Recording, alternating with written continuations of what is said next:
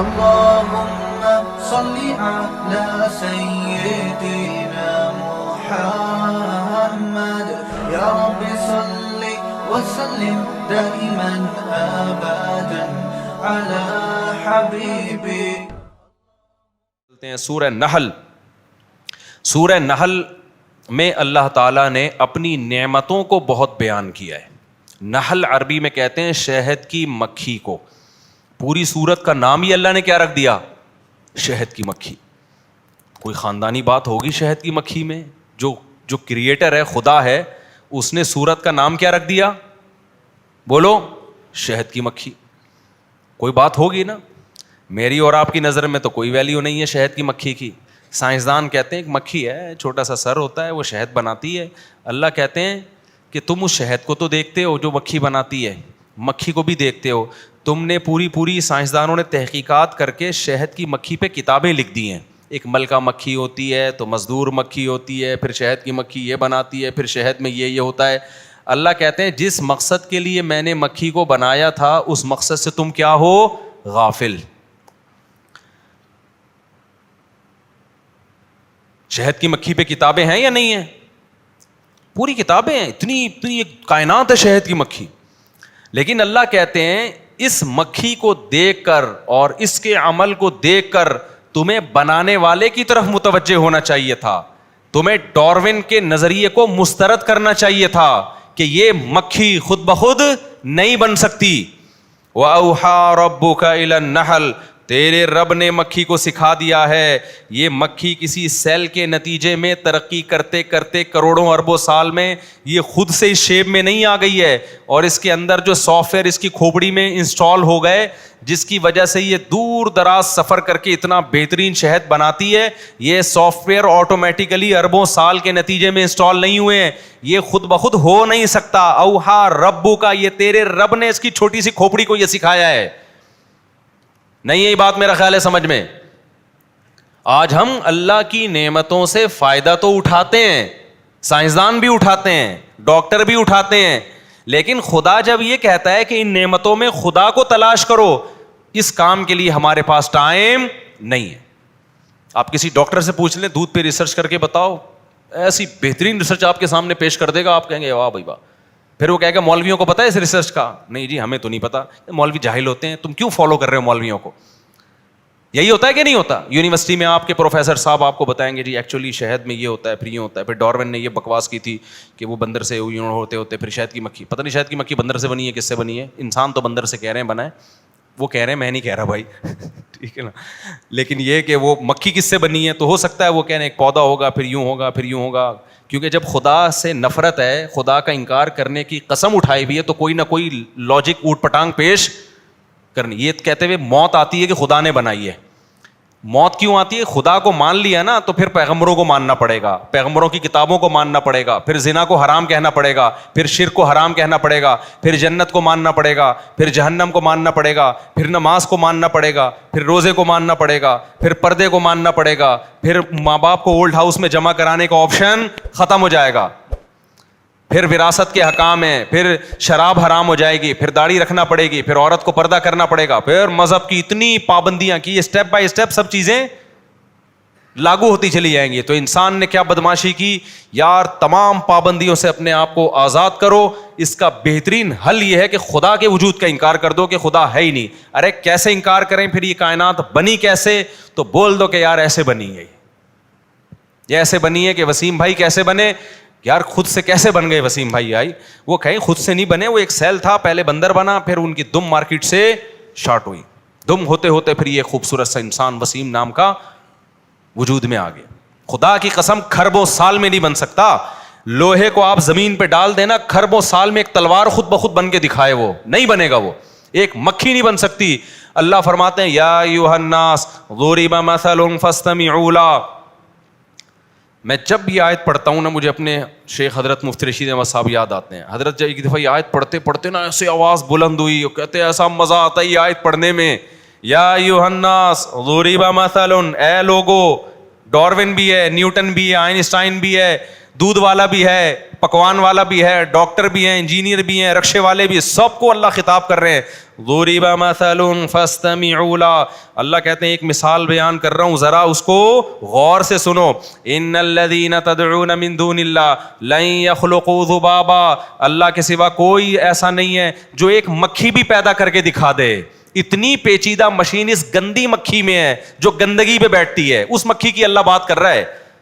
ذباب اس مکھی کو کہتے ہیں جو گندگی پہ بیٹھتی ہے. اتنی گندگی پہ بیٹھنے والی مکھی کے اندر بھی ایسی مشینیں فٹ ہوئی ہوئی ہیں کہ ایسی مشینیں آج تک انسان نہیں بنا سکا ہے. جو کام لاکھوں کروڑوں اربوں سال میں انسان نہ کر سکا, وہ کام آٹومیٹیکلی خود سے کیسے وجود میں آ گیا. لن يخلقوا ذبابا ولو اجتمعوا له, ساری کائنات اکٹھی ہو کے ایک جاندار مکھی بنانے کی کوشش کرے, اللہ فرماتے ہیں یہ ممکن نہیں ہے.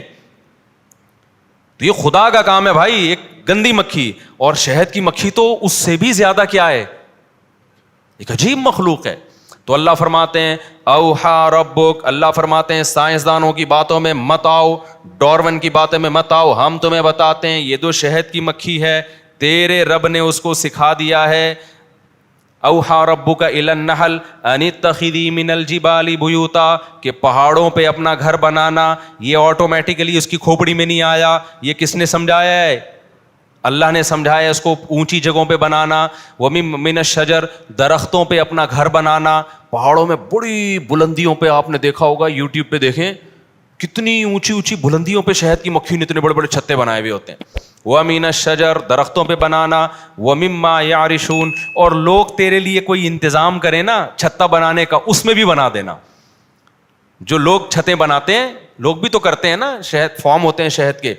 ثُمَّ كُلِي, پھر کیا کرنا, پھر تو کھانا. مِن كُلِّ الثَّمَرَاتِ, ہر طرح کے پھلوں کے رس کو چوسنا. فَاسْلُكِي سُبُلَ رَبِّكِ ذُلُولًا, مکھی کہہ رہی ہے اللہ تو نے میرے ذمہ عجیب کام لگا دیا, پہاڑوں پہ گھر بنا رہی ہوں, پھل وہ دوسرے گاؤں سے بھی آگے ایک باغ ہے وہاں پر ہیں. اتنا لمبا راستہ جب میں بائی ایئر طے کروں گی تو میرے پائلٹوں سے کوئی تعلقات نہیں ہے, نہ سائنسدانوں سے تعلقات ہیں کہ جو مجھے ٹریگنومیٹری کا علم اور مجھے بتائیں کہ جی کتنے کلومیٹر فی گھنٹہ کی رفتار سے کون کون سی سمت میں مڑنا ہے. میں تو راستہ بھول جاؤں گی. مکھی بائی روڈ سفر نہیں کرتی, بائی ایئر سفر کرتی ہے. بائی روڈ سفر میں علامتیں سمجھ میں آ جاتی ہیں, بائی ایئر میں نہیں آتی. ابے بائی روڈ میں آپ سے کہتا ہوں صدر جاؤ, آپ کہیں راستہ کیا, میں کہوں یہاں سے الٹے ہاتھ پہ جانا, انڈا موڑ سے سیدھے ہاتھ پہ قبرستان آئے گا, اس میں قبرستان میں مردوں کو السلام علیکم یا اہل القبور, اور پیچھے سے آواز آئے گی وعلیکم السلام بھائی عبد الغفور, ٹھیک ہے نا. وہ آواز پہ دھیان نہ دینا اور آگے نکلنا. پھر W11 میں بیٹھنا یا 4K میں بیٹھنا نہیں, ویسے 4K میں اللہ کبھی دشمنوں کو بھی نہ بٹھائے. مجھے بچپن کا بیٹھا ہوا یاد ہے, ایک صاحب کی ریڑھ کی ہڈی ٹوٹ گئی تھی بیچاروں, اس وجہ سے نہیں ٹوٹی لیکن اس میں اس کا بھی دخل تھا. پھٹا بس میں بیٹھے کراچی کی, ان کی ریڑھ کی ہڈی میں پہلے سے کوئی مسئلہ تھا. ایک وہ بیچارے آرمی کے ریٹائر لیفٹیننٹ تھے, وہ ایک زبردست قسم کا کراچی کا کھڈا آیا جو کہ آتا رہتا ہے, پہلے بھی ان کی زندگی میں آیا لیکن کمر نے برداشت کیا. انہوں نے کہا جہاں اتنا برداشت کیا 2-4 کھڈے اور برداشت ہو جائیں گے. کراچی میں اچانک ایک اسپیڈ بریکر یا کھڈا آیا, بس اچھلی ہے اور پھٹے سے وہ بیچارے نیچے گرے.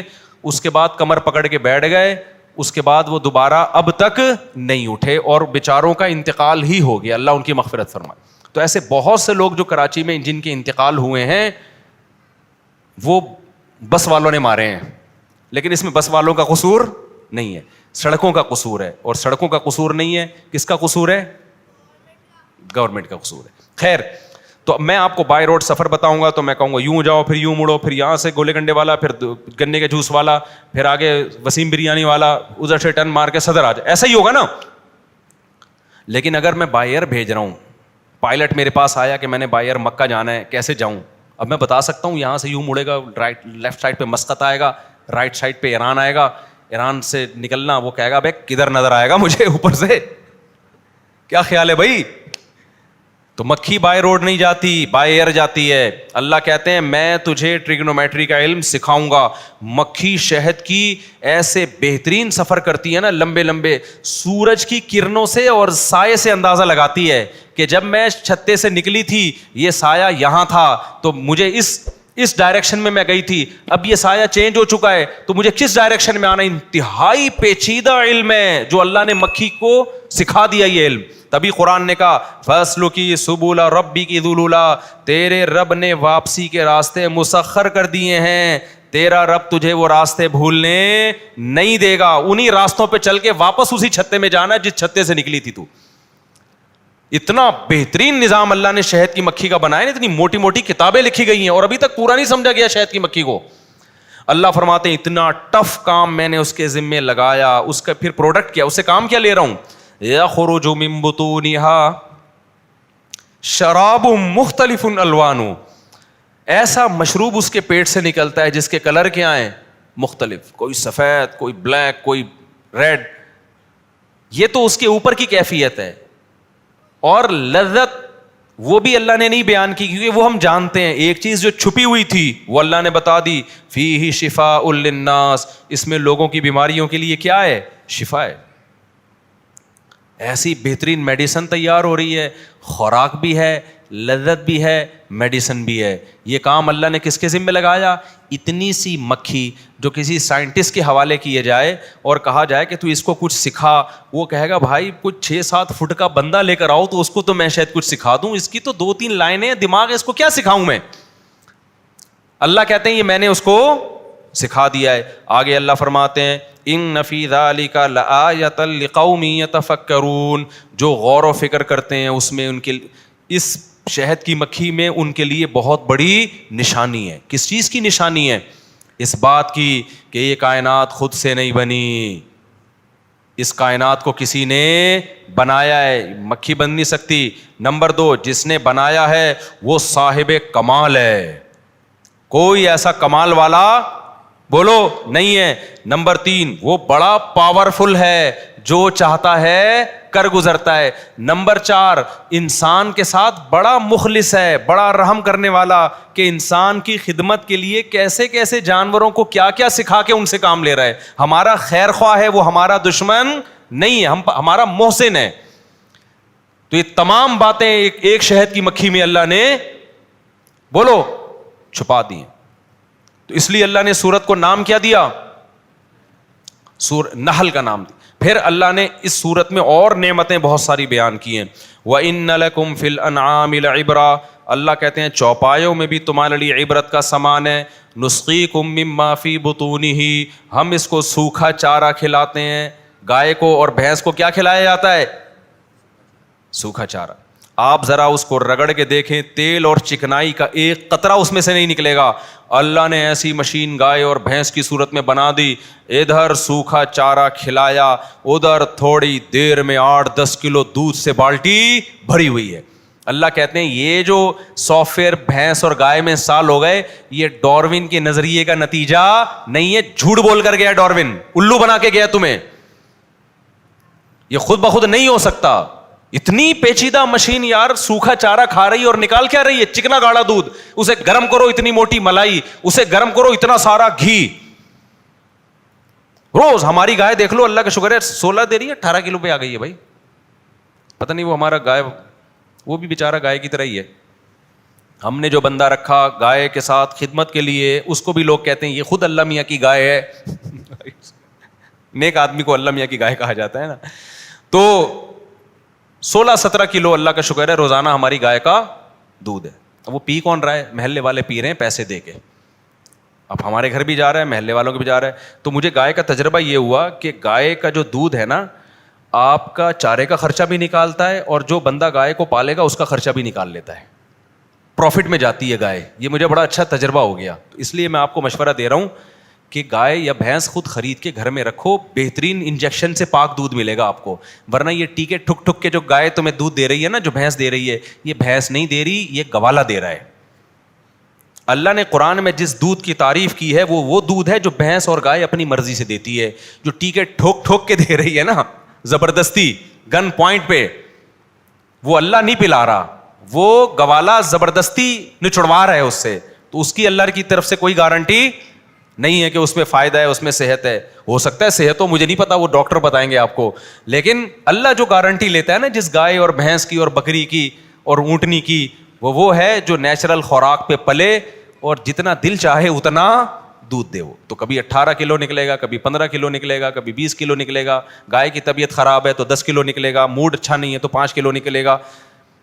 لیکن جو گوالے جو گائے سے دودھ نکالتا ہے, گائے کا موڈ دودھ دینے کا ہو یا نہیں ہو, اس کو خوراک پوری ملے یا نہیں ملے, موسم اس کی مرضی کا ہو یا نہ ہو, وہ کہتے تیرا باپ بھی 20 کلو دے گا. تو پھر وہ کچھ دودھ ہوتا ہے اور کچھ اس میں بھینس کا غصہ ہوتا ہے, ٹینشنیں ہوتی ہیں اس کی, وہ سب نکل کے آ رہی ہوتی ہیں اور آپ وہ چائے میں ڈال کے یا لسی بنا کے پی رہے ہوتے ہیں, پھر بیماریاں ہوتی ہیں اس سے, معذرت کے ساتھ. خیر جلدی سے بات کو سمیٹ کے ختم کرتا ہوں. تو اللہ فرماتے ہیں وَإِنَّ لَكُمْ فِي الْأَنْعَامِ لَعِبْرَاتٍ, تمہارے لیے چوپایوں میں بھی عبرت کا سامان ہے, عبرت ہونی چاہیے تمہیں اسے دے. ہم سوکھا چارہ کھلاتے ہیں, نسقیکم مما فی بطونہ من بین فرث ودم, اسی سوکھے چارے سے گوبر بنتا ہے, اسی سوکھے چارے سے خون بنتا ہے. خون کو دیکھو اور گھاس کو دیکھو, گوبر کو دیکھو اور گھاس کو دیکھو. جس فیکٹری میں گوبر اور خون تیار ہو رہا ہے اسی فیکٹری میں ہم لبنن خالصاً, ایسا دودھ تھنوں میں اتارتے ہیں جو خالص ہوتا ہے. خالص کا مطلب نہ اس میں گوبر کی بدبو, نہ گوبر کی رنگت, نہ خون کی بدبو, نہ خون کی رنگت. یہ تو اس کی کلر دیکھو کیسا وائٹ, اور مزے کا کتنا, سائغ للشاربین, پینے والوں کے حلق میں پھسلتا چلا جاتا ہے. وہ تازہ تازہ گرم دودھ ذرا آپ ایک دفعہ اپنے خرچے پہ نکال کے پی کے دیکھیں, مزہ نہ آئے پیسے واپس. اس جیسا ذائقہ کسی دودھ میں نہیں ہوتا, وہ ہوتا ہے اصل تازہ دودھ.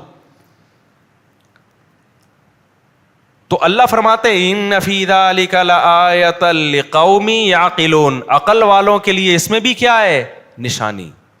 سائنسدانوں کو اگر گائے اور بھینس دیکھ کے بھی خدا کے وجود پہ یقین نہیں آ رہا, اللہ کہتا ہے یہ بے وقوف ہیں. آپ تو کہتے ہو یار اتنی ترقی کی انہوں نے, بے وقوف کیسے ہو گئے؟ اللہ کی نظر میں کیا ہے یہ بے وقوف ہے کہ جو یہ دیکھ کے بھی کہیں کہ یہ آٹومیٹیکلی مشین وجود میں آ گئی ہے, تو وہ بے وقوف نہیں تو اور کیا ہے. تو اللہ کہتے ہیں کہ اس میں نشانی ہے. کیا نشانی ہے؟ یہ گائے اور بھینس خود نہیں بنی, اس کو کسی نے بولو بنایا ہے. نمبر 2, یہ کائنات کا کوئی بنانے والا ہے, خود نہیں بنتی. نمبر 2, جو بنانے والا وہ صاحب کمال ہے, کمال, اس کے بڑے کمالات, کیسی مشین بنا دی بھائی اس نے. تیسرا, وہ طاقت والا, کمال الگ چیز ہے, طاقت اور قدرت الگ. طاقت کہتے ہیں جو چاہتا ہے کر گزرتا ہے, اور کمال کہتے ہیں عجیب عجیب کام کرتا ہے. تو صاحب کمال بھی ہے اور علی کل شیء قدیر بھی ہے. یہ 3 باتیں پتہ چلیں. چوتھی بات, انسان پر بڑا مہربان ہے, اس نے یہ مخلوق بنا کر کس کے تابع کر دی, ہمارے تابع کر دی. اتنے بڑے بڑے موٹی موٹی بھینسیں اگر یہ ہمارے تابع نہ ہوتی تو ہم بھینس کا دودھ پی سکتے تھے؟ جن کھونٹوں سے ہم نے گائے بھینسوں کو باندھا ہوا ہوتا ہے, ان کھونٹوں سے گائے بھینسوں نے ہم کو باندھا ہوا ہوتا. اگر ان میں عقل ہوتی نا, نہیں ہے یار, چھوڑو یار. تو یہ کس نے ہمارے تابع بنا دیا؟ اللہ نے بنا. یہ باتیں جب سمجھ میں آتی ہے جب انسان خالص دودھ پیتا ہے. اگر آپ نہیں پیو گے نا تو پھر یہ باتیں بھی قرآن کی سمجھ میں نہیں آئیں گی. تو ڈبے چھوڑ دو خدا کا واسطہ. بازار کی ایک ڈاکٹر نے مجھے بتایا کہ ہر وہ چیز جس کا ٹی وی میں ایڈورٹائز آ رہا ہے نا کہ اسے کھاؤ, وہ کبھی بھی بولو مت کھاؤ.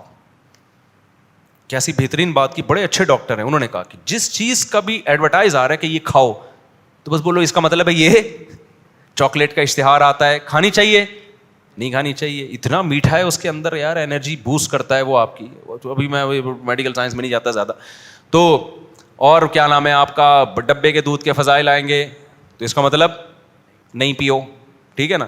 اور بہت ساری چیزیں بھی, زیادہ نہیں ہمارا وہ سارا درس رہ جاتا ہے. تو یہ بھی اللہ نے سورہ نحل میں بیان کیا. تو یہ بھی اس کی علامت ہے کہ جو ہمارا رب ہے وہ ہم پہ بڑا مہربان ہے. اب کرنا کیا ہے اگر ہم پہ مہربان ہے؟ تو اللہ کا مطالبہ یہ ہے کہ جب میں ہوں اور میں تمہارا محسن ہوں تو میری نافرمانی کرنے کی تمہیں اجازت نہیں. گناہ چھوڑو, گناہ چھوڑو. عورت پردہ کرے اللہ کے حکم پہ, مرد زنا سے بچے, شراب سے بچے, بد نظری سے بچے, کس کے حکم پہ؟ اللہ کے. جو خوش قسمت لوگ ہوتے ہیں وہ اللہ کو مانتے ہیں, پھر اللہ کی بھی مانتے ہیں. کبھی غلطی ہو جائے تو گڑ گڑا کے توبہ کرتے ہیں. جو بدقسمت لوگ ہوتے ہیں وہ انہی نعمتوں میں مست رہتے ہیں اور بنانے والے کو بھول جاتے ہیں. تو سورہ نحل میں اور بڑی آیتیں اللہ نے بیان کی ہیں. وقت ہمارا پورا ہو چکا ہے, انشاءاللہ باقی میں کل بیان کروں گا. بہت سورہ نحل ہے ہی پوری اللہ کی نعمتوں پر, شروع سے آخر تک اللہ اپنی نعمتیں بیان کر رہے ہیں. اللہ تعالی ہمیں سمجھنے کی اور عمل کرنے کی توفیق عطا فرمائے. مفتی طارق مسعود صاحب کے بیانات سننے کے لیے youtube.com/مفتی طارق مسعود کو سبسکرائب کریں, اور اگر آپ لائیو ویڈیو کو کبھی بھی مس نہیں کرنا چاہتے ہیں تو سبسکرائب کرنے کے بعد بیل آئیکن پہ کلک کرنا مت بھولیں. جزاک اللہ.